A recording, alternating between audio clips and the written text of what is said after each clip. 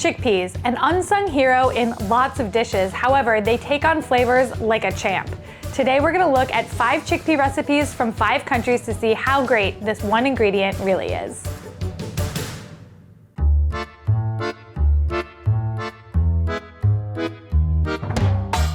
Hi Beryl, my name is Michelle and I'm from Atlanta, Georgia in the USA. I'm so excited to tell you about the buffalo chickpea wrap. So in Atlanta, buffalo wings are central to our food culture and honestly so delicious.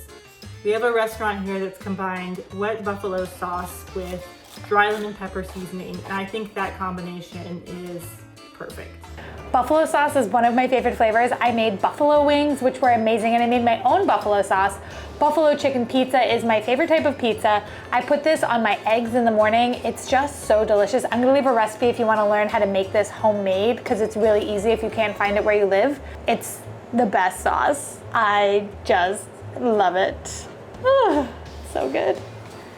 I would eat wings every day if I could, but instead I'll settle for a little bit of an easier option, which is a chickpea wrap that you can really prep ahead of time and eat throughout the week.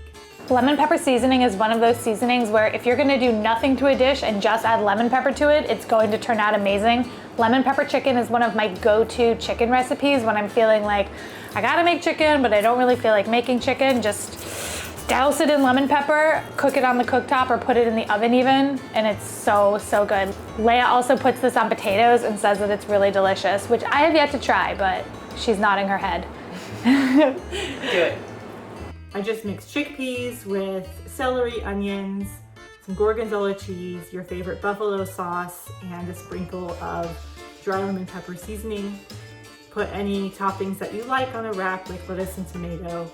And it's just such a simple and tasty lunch that leaves you energized for the rest of the day. I don't know, I feel like maybe I've overstuffed this. I can't help it, I get excited and I wanna like add all the good stuff to it. I tried to channel my inner Chipotle master, but I feel like I just channeled my inner excited girl who's making a wrap and just puts everything in great quantities into it. But let's try to roll this baby up. Let's try. I'm gonna fold it, pull it, get the sides in, and then roll it. That's the goal here. Okay, no, I can't get the sides in. Okay, we're just gonna roll it. If you like this as much as I do, you'll be making it every month. So I hope you enjoy, and thank you for sharing this food with me. Sometimes making American dishes on this channel can be difficult because I don't feel like in general they connect to a culture, but they tend to connect to a person. I do think the buffalo sauce is very American, but the idea of a wrap with chickpeas in it, you could probably find that in a lot of places. But I do like the idea of a ranch, gorgonzola, and buffalo combo. That does feel American.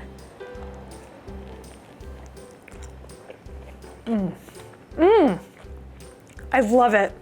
I love this so much. The gorgonzola cheese is actually adding a really nice flavor. If you've never had gorgonzola, I would say it's a stronger cheese in the same category as a blue cheese. So if you don't like a strong cheese, it might not be the cheese for you. The mashed chickpeas with the buffalo sauce. I love buffalo sauce, so anytime you add it, I'm gonna be a fan. It is easy to make, and like I said in the kitchen, I will leave a recipe in the description, plus the recipe for this and everything else. It's on my website, beryl.nyc. I like how simple this was to make. If you don't want to spend time heating up the chickpeas, I do think you could get away with eating them cold because I'm eating this sandwich room temperature.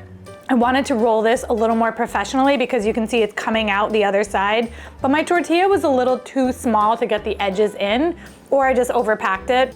Oh, did I overdo this?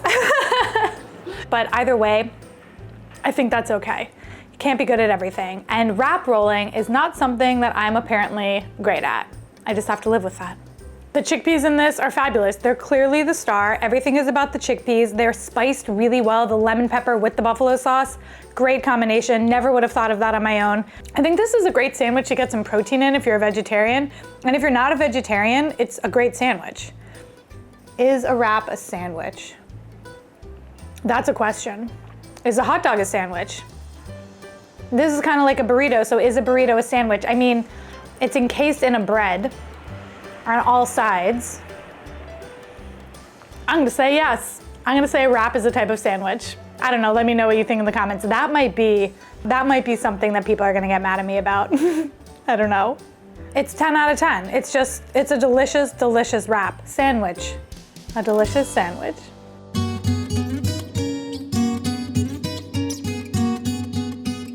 My name is Maya, and I live in Durham, North Carolina, but I grew up in Beirut, Lebanon. Today I'm talking to you about Balila, which is my favorite chickpea recipe. Usually hummus gets all the glory, but this dish celebrates the chickpea with such light and bright flavors, and it's really easy to make. The difference between Balila and hummus, which you might be familiar with, is that the chickpeas aren't blended like they are in hummus. They're swimming in this rich tahini sauce, and so it's a very tangy, flavorful, and light dish, but it's also very filling. I love this dish because it really is a ode to the chickpea. The chickpeas are mostly whole, they're not mashed up, and so you get to bite into these creamy pearls that are then accented with the tangy tahini sauce, the lemon juice, the garlic, and the olive oil. Oh no. Seed. Come on, seed. Aha! I got it. Most Lebanese people know about this dish. They usually make it at breakfast. Beans are a great source of fiber and protein for breakfast, and it can keep you going all day. The reason that this dish makes the chickpeas the hero is because they are this perfect, creamy, dense vehicle for the brightness of the rest of the ingredients. This has such a beautiful smell. It is earthy, has a little bit of sting from the jalapeno, but the tahini smell is really coming through. Yum. I'm ready to eat this. After I salt it, of course. Bing. So we like to mix it with a green tahini that has cilantro, jalapeno, onion, garlic, and that next to the creaminess of the chickpea is just such a delicious and delightful mix. I think this is a great dish for people to try that like chickpeas but are not familiar with other chickpea recipes from the Arab world. Usually all we're known for is the hummus dip, and as much as I love hummus, there are so many other chickpea recipes that are not part of that mainstream cuisine. I hope you like it. I think that this dish looks so beautiful. The smell coming off of it is so fresh smelling. Let's dig in.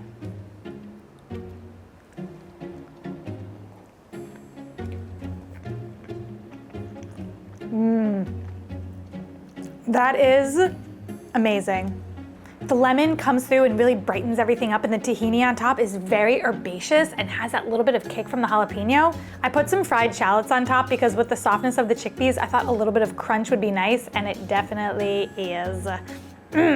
I love playing with texture like that, of having something crunchy and something soft in the same bite. I like that this is subverting the expectation that when you're talking about chickpeas and you're talking about the Middle East, you automatically will think of hummus. The chickpeas being whole in this and mashing them with the cumin and the lemon juice, it's a very different technique, and it makes for a very different dish. This doesn't taste like hummus.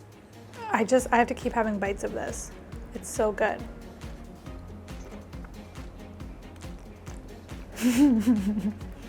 I love that this is a breakfast dish. It makes me think back to my breakfast episodes where I'm always so surprised by how people eat breakfast around the world. Like when I was a kid, I grew up eating Cheerios and milk. But around the world, people have much more interesting breakfast dishes like this one, which I'm always so keen to try. I am curious, so tell me in the comments what you guys grew up eating for breakfast. Difficulty factor, I would put this at a 2. It was super simple to make. You only needed a couple of different, I needed my wizard? I needed the NutriBullet. Oh, I wanted to mention this. Boiling the chickpeas in the aquafaba has made these so silky and creamy. I had never done that before. I always toss the aquafaba, and I know that you can do a ton of things with it, but I usually just toss it. But boiling them in the aquafaba, and I then use the aquafaba in this, it was surprising for me, and also has just resulted in the most velvety texture chickpeas that I think I've ever had. All right, I'm having one more bite, and then we're gonna wrap this up.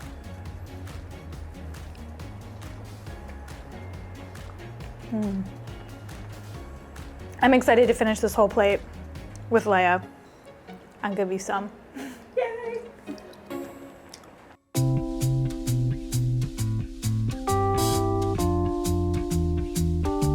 Beryl, my name is Katarina. I live in Portugal in a region called Trás-os-Montes, which translates to behind the mountains, although I was born and raised up until 8 years old in Toronto, Canada. The dish I'd like to share with you today is Salada de Grão de Bico, or chickpea salad.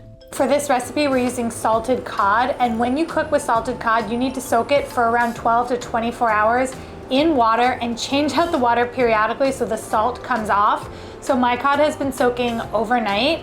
It's a lot of labor in the front just because you have to think about the cod and remember to put it in the water, but it tastes really good, so it's worth it. I've worked with this, I think, twice before, so I know a little bit about how to work with it, but it's still a very foreign ingredient for me. Salada de Grão de Bico is a salad that is topped off with some of the best Portuguese ingredients you can find.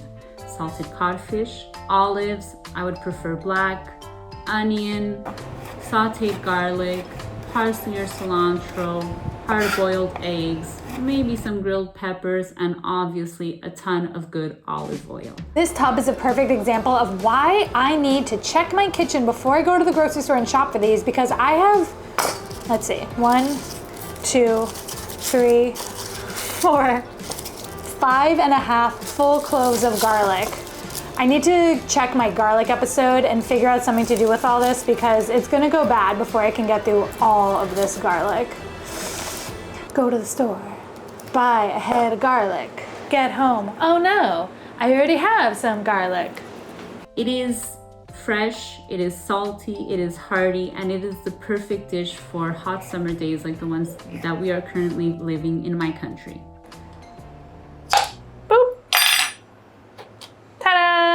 Chickpeas are the hero of this dish because obviously without chickpeas, you can't have a chickpea salad, but also because it's a perfect binder for the flavors and for the textures of these amazing Portuguese ingredients. Chickpeas are actually very present in our cuisine. It's been present for a long time, and it's believed it was brought by Arabs, so it goes back for centuries and centuries. People should try this dish because it is easy to make, it is quick. You don't even have to cook if you're willing to eat salted cod just like that. Adding the chickpeas, na na na na na na na. And it is absolutely delicious. For those who may not have salted cod available in their region, you can substitute this with tuna and you have still a delicious and filling chickpea salad. Thank you, Beryl. I hope you enjoy. Bon appetit. I would say overall this recipe was really easy, minus the salted cod because it's not an ingredient that I work with too often, but the smell is really nice. It was worth the labor. The combination of the cod and chickpeas is really good. The chickpeas are creamy and the cod has really nice texture to it. The cod might look, if you're gonna try this, like it's uncooked, but it's been preserved in salt, so it is cooked. So you don't have to worry about cooking it, which is really nice. Let's give it another try. Ooh, we have a full olive here. I love olives. What I like most about the recipe as well is the dressing. I like that we cooked the onions and the garlic so the oil got a little bit flavored, and then when we mix it with the vinegar brightens everything up so much in this. I didn't have to add too much salt to this because the cod already had a saltiness to it, but I did add a little bit because salt just has a really good way of lifting everything, and I don't know, I just felt like it needed a tad more. So if you're gonna make it, try it before you add more salt. Katarina did say that you can make this with tuna fish, and it's something that I would highly recommend. It would just be this really great tuna salad with flavors that are gonna be different than making a mayonnaise tuna salad. I would say even though the cod feels like the hero of the dish, the chickpeas are necessary. They're a great supporting actor, let's say, because the two of them together make for a perfect combo. It's fresh, it's tangy, it's perfect for summer because it's cold. I think it's just a great, great dish.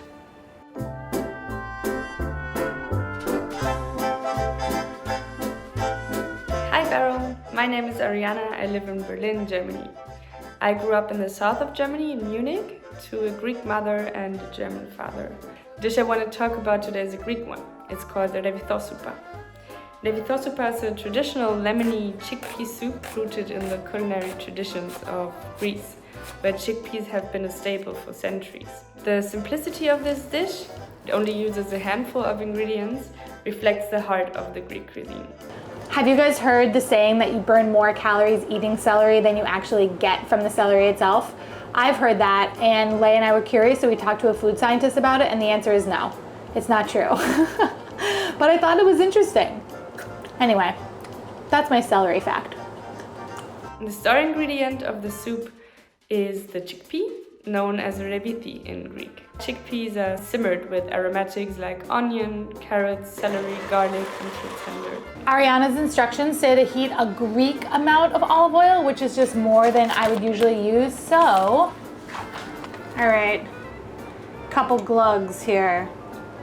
Like, this is where I would stop, but I'm gonna keep going. I'm channeling my inner yaya. A finishing touch of lemon juice and fresh dill adds brightness, making the soup so fresh and vibrant. And it's also naturally vegan. I think most Greeks know this dish, since it has been enjoyed for generations, especially during fasting periods like Lent. Like most Greek dishes, the Revithosoupa reminds me of my Greek grandparents. I remember enjoying my grandma's cuisine almost daily after school while my parents were working full-time. My grandparents came to Germany in the 1960s as so-called guest workers, and like many others, Greeks, Italians, Turks, they helped rebuild Germany after World War II. And many of them never went back, like my grandparents. So I'm supposed to now add flour with some of the cooking liquid to help thicken the soup. I've never done something like this before. I've always used cornstarch. So, you know, a new skill perhaps, a new lesson that I've been learning. You can find versions of chickpea soup across the Mediterranean, from Spain to Morocco, and across Greece there are also regional variations that bring unique touches to the dish. In some regions, for example like the island Sifnos, tahini is added to enrich the soup with subtle nuttiness and a creamy texture. This to me is a classic Greek dish where you just feel like you're cooking in your backyard. Simple ingredients, but they're gonna come together and taste really nice. I mean, the kitchen smells really good and lemony and like garlicky and oniony. And the soup looks really pretty. Even though it's 1,000,000 degrees outside, I'm still really excited to try it.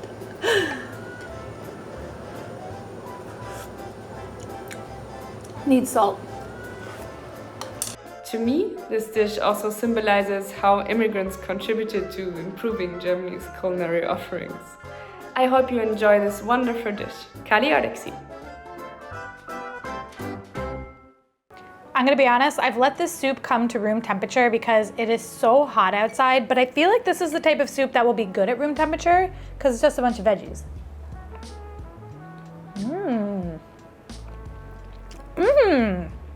This is so nice.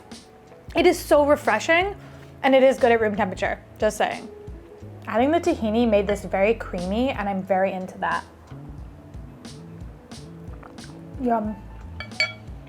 This is a very Greek recipe, having made a bunch of Greek recipes on the channel. When I think about Greek food, I think about simple, whole ingredients, and that is what this soup is to the letter. From the lemon to the chickpea flavor, the bitiness of the carrot and the celery, it's got like all these beautiful flavors of the garden that are coming together into this beautiful soup. This is very simple ingredients. Feels very Greek. I was just about to say. To just like, it's like you're cooking your garden. Yeah. Arianna's story about her grandparents coming to Germany from Greece is the story I think that we see again and again of immigrants bringing their food with them and how the culture shifts around those dishes. Like the Lebanese dish, this was very simple to make, which I loved. Putting a soup together can sometimes be a lengthy process, but this one was very quick, and I also think the longer it sits, the more the flavors will develop, so tomorrow this soup is gonna be better than it was today. But today it's really good. The chickpeas are definitely the star of this dish. You're getting them with every single bite, and the flavor of them is so delicate and balanced in the soup. It's a chickpea soup, for sure. A lemony chickpea soup, and it's beautiful.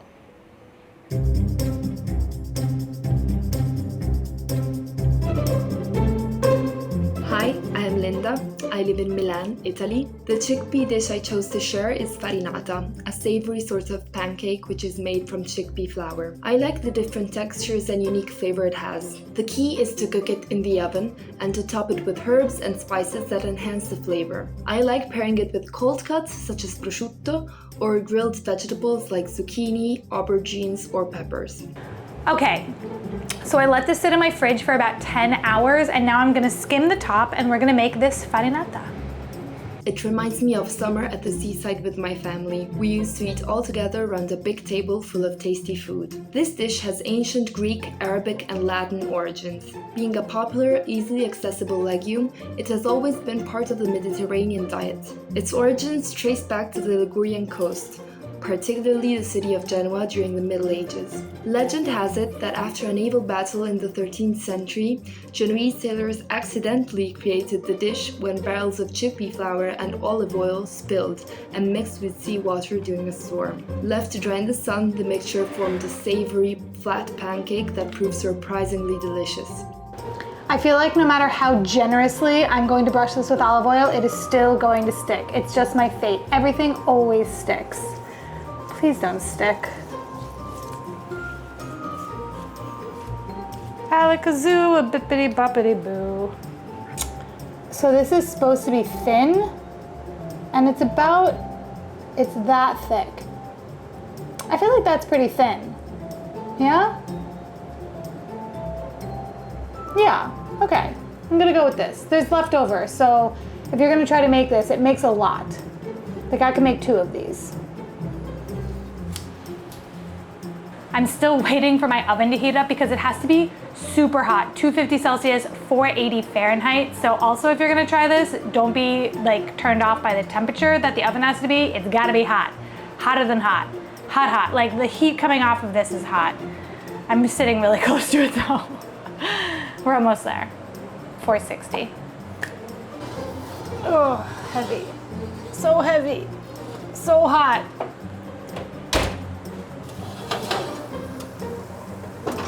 Second shelf, another 15. It looks like it didn't stick. Yeah. Off the sides. It did not stick, which is great, but I'm not entirely sure how to get this out without breaking it, so I think this might be a 2-person job. Leia, come on down. Wait a minute. Is this a 1-person job? Oh, 1-person job. Wow. Whew. Today, farinata remains a beloved street food in Liguria and Tuscany, often served hot and crispy from the oven. It's a simple dish, nevertheless, it can satisfy you completely. This smells absolutely amazing, and I love that the edge is super crispy and the bottom is very crispy. Can you see that? Woo, it's like a great pizza crust, but chickpea flour. I'm gonna eat it kind of like a pizza.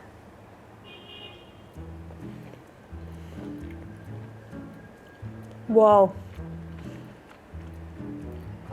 You can taste the chickpea flour still, not in a raw flour way, but the flavor of chickpea flour, which is very subtle, but there. I love how crispy this part is. I want to try it. Yeah. It's definitely a little oily because I was very scared that it was going to stick, but as it turned out, it did not stick, so the oil was worth it, plus good olive oil. Tastes so good. The only spices that went into this were pepper and salt, and then I topped a little bit of Italian seasoning on top because it's an Italian dish, but it tastes really well seasoned. It's not bland at all. Wow. I'm impressed. This is definitely a crowd pleaser type of dish. And a really interesting way to look at chickpeas.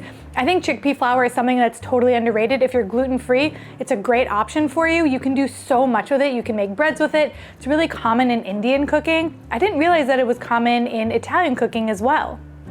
This was really easy to make. The only thing is that you had to remember to soak the batter overnight, which I completely forgot to do. It was like midnight. I ran out of bed, set up the cameras, had to quickly arrange everything because I knew Leia was coming over, and if I didn't do it, she was gonna yell at me. And obviously we weren't gonna be able to film. So luckily I remembered, but that's something that you do have to remember if you wanna make this. You can do it for as little as 6 hours and up to 24 hours if you put it in the fridge. Based on the photos, I think that the thinness of this is perfect. It's about half of a knuckle thick. I hope you enjoyed this episode all about chickpeas and it's inspired you to think about them a little bit differently. All the recipes are on my website, beryl.nyc, and don't forget to like and subscribe. It helps support the channel. Until next week, I'm leaving you with our first chickpea episode as well as our eggplant episode to help inspire you further. I will see you all next week.